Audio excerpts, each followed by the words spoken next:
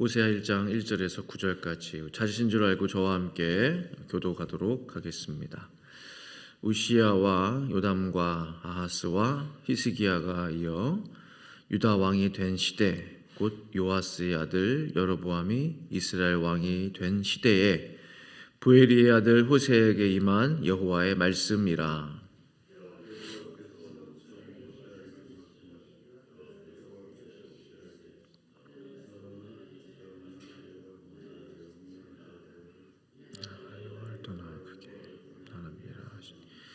이에 그가 가서 디블라임의 딸 고멜을 맞이하였더니 고멜이 임신하여 아들을 낳음에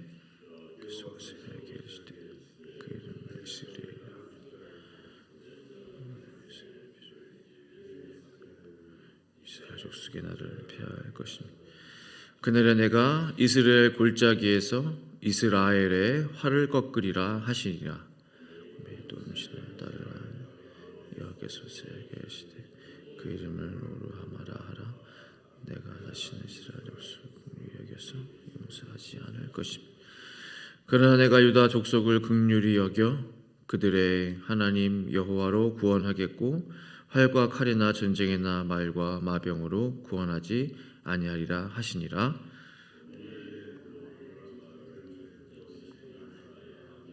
같이 있습니다. 여호와께서 이르시되 그 이름을 로암미라 하라. 너희는 내 백성이 아니요 나는 너의 하나님이 되지 아니할 것임이니라. 아멘.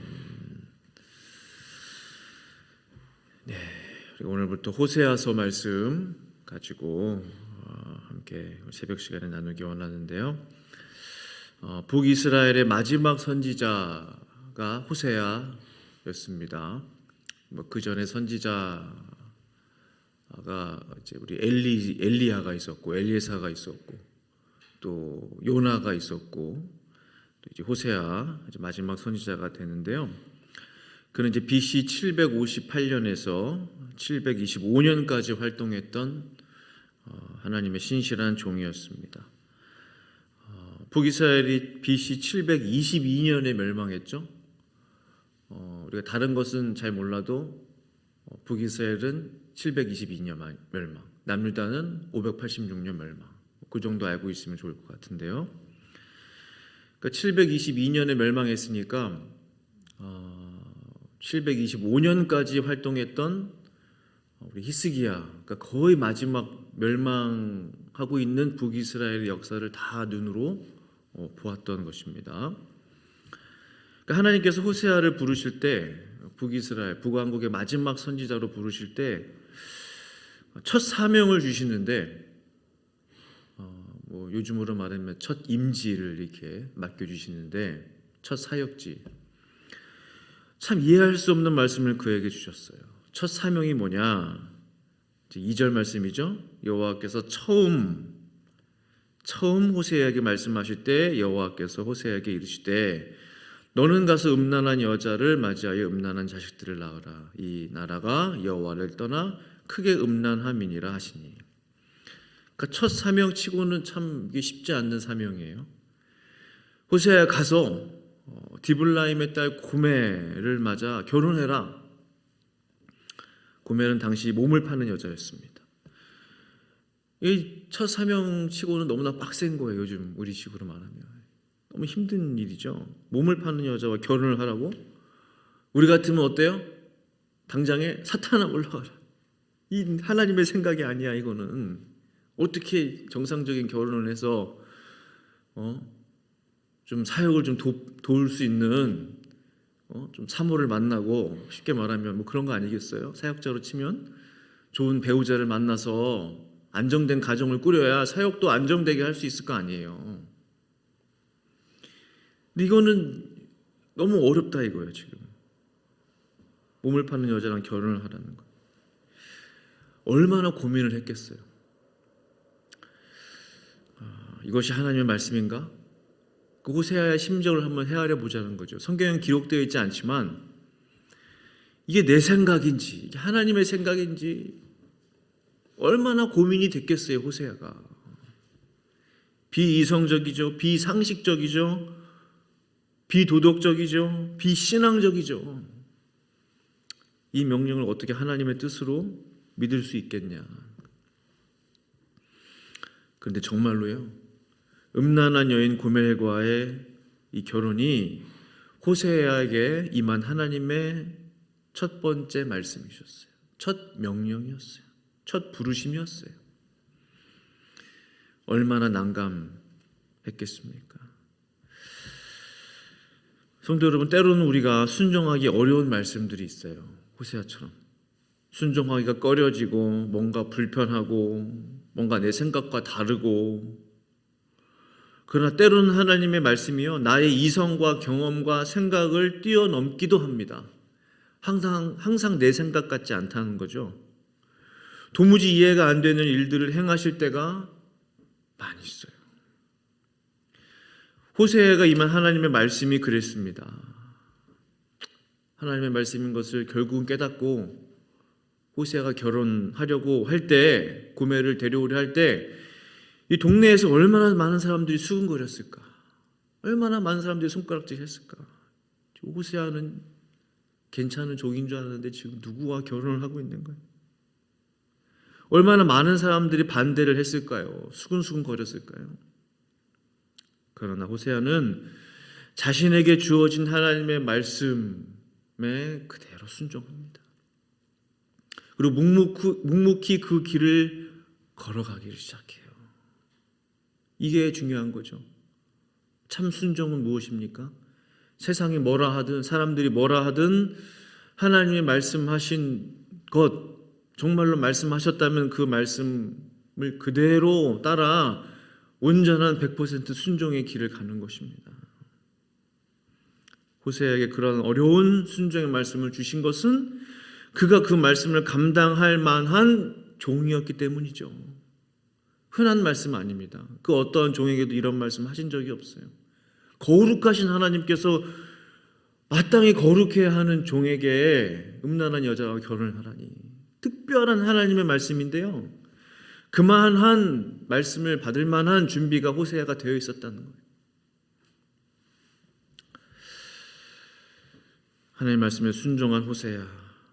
그렇다면 호세아 보고 고멜과 결혼하라 했던 그 이유는 무엇일까요? 2절 말씀이죠. 여호와께서 처음 호세아에게 말씀하실 때 여호와께서 호세아에게 이르시되 너는 가서 음란한 여자를 맞이해 음란한 자식을 낳아라. 이 나라가 여호와를 떠나 크게 음란함이니라 하시니, 그러니까 호세아, 네가 음란한 고멜과 결혼하여 음란한 자식을 낳아야 하는 이유가 있다는 거예요. 그 이유가 뭐예요? 이 나라가 하나님을 떠나 크게 음란했기 때문이다. 호세아는 지금 이 북이스라엘을 대표하는 선지자잖아요. 큰 사명이 주어진 거예요. 이 나라가 나 여호와 하나님을 떠나 다른 우상신을 숭배하고 있는데 그것이 영적 음란함이라는 거죠. 호세아, 네가 그것을 한번 경험해 보라는 거예요. 하나님을 떠나 우상을 숭배할 때에 하나님의 마음이 어떠한지, 나 여호와의 마음이 어떠한지를 네가 한번 느껴보라는 거죠. 경험해 보라는 거예요. 그 모든 감정들, 마음들, 근심들, 수치심들, 하나님이 느끼시는 그 마음을 한번 너도 경험해 보라는 거예요. 또한 이스라엘 백성들의 그 우상 숭배는 곧 하나님 앞에서의 영적 음란과 똑같다는 사실을 밝히 알려주시는 것이죠. 하나님도 감정이 있으시다.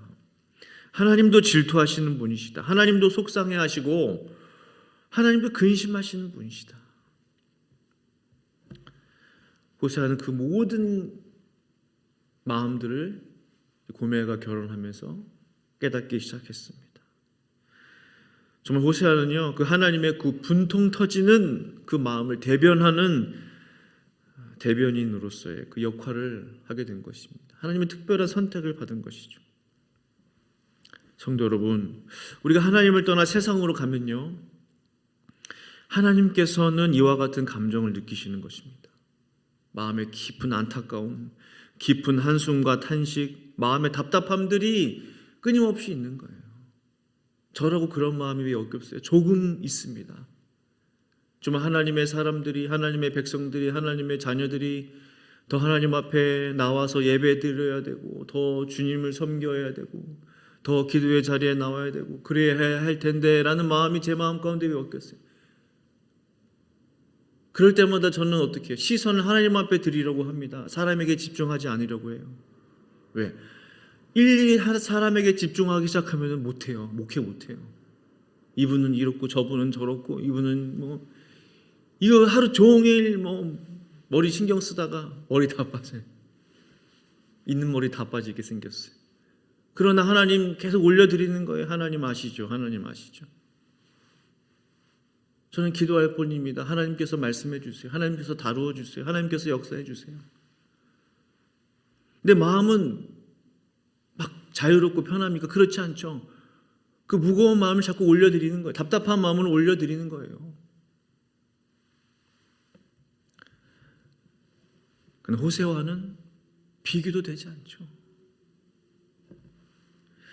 호세아가 고메가 결혼하여 첫째 아들을 낳았는데요. 그 이름을 이스르엘이라고 했습니다. 이스르엘. 그 본래 뜻은요, 하나님의 씨라는 의미가 있는데요. 또 다른 의미로는 흩어진 자. 흩은다는 거예요. 사람들을 흩어놓는다는 거. 그런 의미가 있어요. 4절에 이스라엘의 피를 예후의 집에 갚으며 이스라엘 족속의 나라를 폐할 것임이니라 라고 했거든요. 이 말은 곧 북이스라엘을 망하게 할 것이다. 흩어놓겠다, 그 백성들을 다. 결국은 어떻게 됩니까? 북이스라엘은 어떻게 멸망당해요? 다 흩어져요. 백성들이 하나가 되지 못하고 이방인들이 그 북이스라엘 땅에 다 들어와서 섞여 삽니다. 피가 막 다 섞여요. 예수님 당시에 사마리아 사람들을 왜 경멸하고 무시했는지 아세요? 이때 다 피가 섞였거든요. 민족의 정체성이 사라져버려요. 흩어지면 하나님의 벌이고 하나님의 저주가 되는 거죠. 창세기 말씀 보시면 교만에 빠진 인간들이 바벨탑을 쌓습니다. 무슨 말을 해요? 우리가 하늘 끝까지 한번 올라가 보자. 그리고 우리의 이름을 내자. 우리가 이러한 일을 이루었습니다. 이런 업적을 이루었습니다. 우리의 이름을 내는 거죠. 영광을 그들에게 스스로에게 돌리는 거죠. 그래서 우리의 흩어짐을 면하자라고 그들이 고백하거든요. 흩어짐을 면하자. 그러자 하나님이 뭐라고 말씀하세요? 창세기 11장 8절 9절에 여호와께서 거기서 그들을 온 지면에 흩으셨으므로 그들이 그 도시를 건설하기를 그쳤더라. 아, 흩어짐은 하나님의 벌이고 하나님의 진노고 하나님의 저주구나. 마지막 9절에도 그들을 온 지면에 흩으셨더라. 그러니까 하나됨은 하나님의 은총이에요. 흩어짐은 하나님의 진노의 사인입니다. 호세아 안에 고멜이 둘째를 또 낳게 됐어요. 그 이름을 르로하마라고 짓게 됐는데요. 그 이름의 뜻은 긍휼을 받지 못하고 용서받지 못한다. 6절에 고멜이 또 임신하여 딸을 낳음에 여호와께서 호세아에게 이르시되 그의 이름을 로르하마라 하라. 내가 다시는 이스라엘 족속을 긍휼히 여겨서 용서하지 않을 것임이니라. 하나님의 메시지는 분명했어요. 이스라엘 백성들에게 원하는 것은 아무리 생각을 해봐도 아주 단순하고 정확하고 심플해요. 명확해요. 하나님만을 섬겨라 이겁니다. 우상 버리고 하나님만을 섬겨라. 우상을 끊어내고 하나님만을 사랑해라. 하나님의 말씀만을 따라라. 그러면 내가 너에게 복을 주고 은혜를 주고 축복을 하고. 그 메시지 아주 심플하잖아요. 출애굽 때부터 그랬어요. 이 시간 이날까지 그래. 그 말씀 동일한 말씀. 뭐 어렵습니까? 어렵지 않아요. 쉬운 말씀. 그러나 이스라엘 백성들은 끊임없이 때가 되면 또 우상 숭배. 잠잠하다 또 우상 숭배. 그걸 버리지 못해. 끊어내지 못해요. 이게 풀리지 않는 숙제입니다. 도대체 이 우상이라는 게 뭔가요? 우상이라는 게. 이 마음의 우상. 이 인간의 본성이 그렇다는 거죠. 뭔가 자꾸 의지하는데 눈에 보이지 않는 하나님, 당장 눈에 보이지 않는, 눈에 보이는 막 우상에게 절하고 뭐 갖다 바치고 빨리 응답을 달라 이겁니다. 그러니까 점쟁이들 찾아가는 이유는 응답이 빠르거든요. 지금 당장 뭐를 하고 뭐 다음 달에 무슨 일이 일어날 거고. 이게 응답이 빨라요. 듣고 싶은 얘기를 바로바로 해주거든요. 끊임없이 우상 숭배를 하고 선지자들을 옥에 가두고 바른 말을 하는 주의 종들을 죽이고 우상들을 성전에 끌어들이고 이제 마지막 선지자 호세아를 통해 주시는 메시지는 뭐예요? 이제 북이스라엘에 대한 자비는 끝났다 이겁니다. 더 이상 긍휼히 여기지 않겠다. 여기까지다. 깨닫게 되는 것은 하나님의 긍휼도 때가 있구나. 하나님이 다 사랑한다고 끝까지 사랑하시는 게 아니구나. 긍휼의 마지막에 있다는 거예요. 자비의 끝이 있다는 거예요. 로르하마라는 그 예언적 이름을 주심으로 오죽하면 사랑하는 히스기야 호세아에게 그 자녀의 이름을 이렇게 짓겠어요. 긍휼을 받지 못한다. 그 말은 철저히 버리리라, 철저히 제거하리라. 그런 의미가 같이 있는 거예요. 하나님의 자비와 긍휼이 얼마나 중요한지요. 평소에는 모릅니다. 그러나 하나님의 자비와 긍휼이 끝나면 그때 알게 돼요. 그때가 하나님의 기회였구나. 그때가 하나님의 찬스, 그때가 하나님의 은혜의 시간이었구나. 전입 가경으로 점점점 심해집니다. 고멜이 셋째를 낳았는데 로암미라고 지어요. 로암미는 더 충격적인 이름의 뜻이. 근데 그 로암미의 이름을 갖고 태어난 아이도 참 안타깝죠. 그 이름의 뜻은 너희는 내 백성이 아니다. 나는 너희의 하나님이 아니다. 더 이상. 이건 정말로 충격적인 하나님의 메시지. 만약 이 음성을 우리가 듣는다면 참 상상만 해도 마음이 무너지는 것 같아요. 말로만 해도 가슴이 찢어지는 것 같아요. 너는 이제 내 백성이 아니야. 내 자녀가 아니야. 나는 너 하나님이 아니야 이제. 내가 너를 구원하지 않겠다 그런 뜻이죠. 너는 구원받지 못한다. 내 백성이 아니다. 내 자녀가 아니다. 하나님께서 철저히 지금 이스라엘을 버리시는구나. 철저히 북이스라엘을 끊어내기로 결정하셨구나. 물론 그 뒤에 회복시키시지만요. 일단 철저히 끊어내시기로 결정하신 거예요. 철저히 망하게 하시는구나. 오죽했으면 하나님이 그렇게 하실까? 그런 생각을 하게 됩니다. 오죽 하나님께서 마음이 답답하셨으면 노하기를 더디하시는 그 하나님께서 끝까지 인내하시는 그 하나님께서 오죽했으면 호세아 보고 고멜과 결혼하라고 하고 그 자녀 셋을 낳았는데 그 의미들이 다 하나님의 벌의 메시지, 저주의 메시지. 오죽했으면 그랬을 거예요. 사랑하는 성도 여러분, 말씀을 마무리하기 원합니다. 사실 우리 하나님께서는요 이미 먼저 상처받으신 거죠. 그들을 벌하시기 전에 이미 하나님의 마음이 이미 상처투성인 거예요. 버림받음을 먼저 경험하셨어요. 이스라엘 백성들이 하나님을 먼저 버린 것입니다. 먼저 하나님을 무시한 거예요. 먼저 하나님을 떠난 것입니다. 그로 인해 하나님은 쓰라림을 경험하셨어요. 깊은 아픔을 경험하셨어요. 말로 닿을 수 없는 상처를 받으셨어요. 그 마음을 호세아를 통해서 조금이라도 드러내기를 원하셨다라는 것이죠. 역사는 반복됩니다. 지금 이 시대를 보면요. 북이스라엘의 역사를 닮아가는 것 같아요. 점점. 교회는 타락하여지고 성도는 하나님을 떠나고 성직자는 더 이상 거룩하지 않아요. 성직이 아니에요. 그러니 세상은 더욱 악해지고 있는 모습을 보게 됩니다. 이럴 때 우리가 무엇을 붙잡아야 할까? 바로 호세아처럼 하나님의 주신 그 말씀을 묵묵히 의지함으로 묵묵히 우리의 길을 걸어가야 하겠구나. 그리고 하나님의 마음을 헤아려 보는 것입니다. 우리 하나님의 마음은 어떠할까? 지금 하나님이 이 세상을 보실 때 어떠한 마음을 가지실까? 우리의 모습을 보실 때 우리 하나님의 마음이 어떠할까? 우리가 물을 때 하나님은 대답해 주시는 것입니다. 우리 안에 성령이 계시기 때문에 하나님의 마음을 알게 하소서, 하나님의 마음을 헤아리게 하소서. 나를 향한, 우리를 향한, 우리 공동체를 향한 주님의 마음을 깨닫게 하소서. 주께서 주님의 마음 우리 가운데 부어주실 것입니다. 이 새벽에 하나님 앞에 기도하실 때 호세아의 심령이 되기를 원합니다. 호세아처럼 되기를 원해요. 호세아의 마음을 주셔서 주님의 마음을 대변하는 자로, 아파하시는 고통 가운데 계신 하나님의 마음을 이해하는 자로, 헤아리는 자로 서기를 원합니다. 이 새벽 기도할 때 주님의 은혜가 우리 가운데 임하게 하여 주시옵소서 라고 기도하시는 저와 성도님들 되시기를 간절히 축원합니다. 함께 기도하시겠습니다. 걸어가신 아버지 하나님 감사합니다. 우리가 이해할 수 없는 메시지였지만은 정말로 하나님께서는 호세아를 부르시면서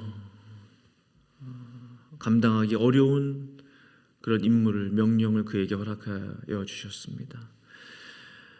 하나님의 백성들이 하나님을 떠날 때에 느끼는 하나님의 마음, 하나님의 종들이, 하나님의 사람들이, 하나님의 자녀들이 주님을 떠날 때 느끼시는 그 하나님 아버지의 마음을 호세아가 경험하는 것들을 보면서 주님의 마음을 나도 우리도 헤아리기 원합니다.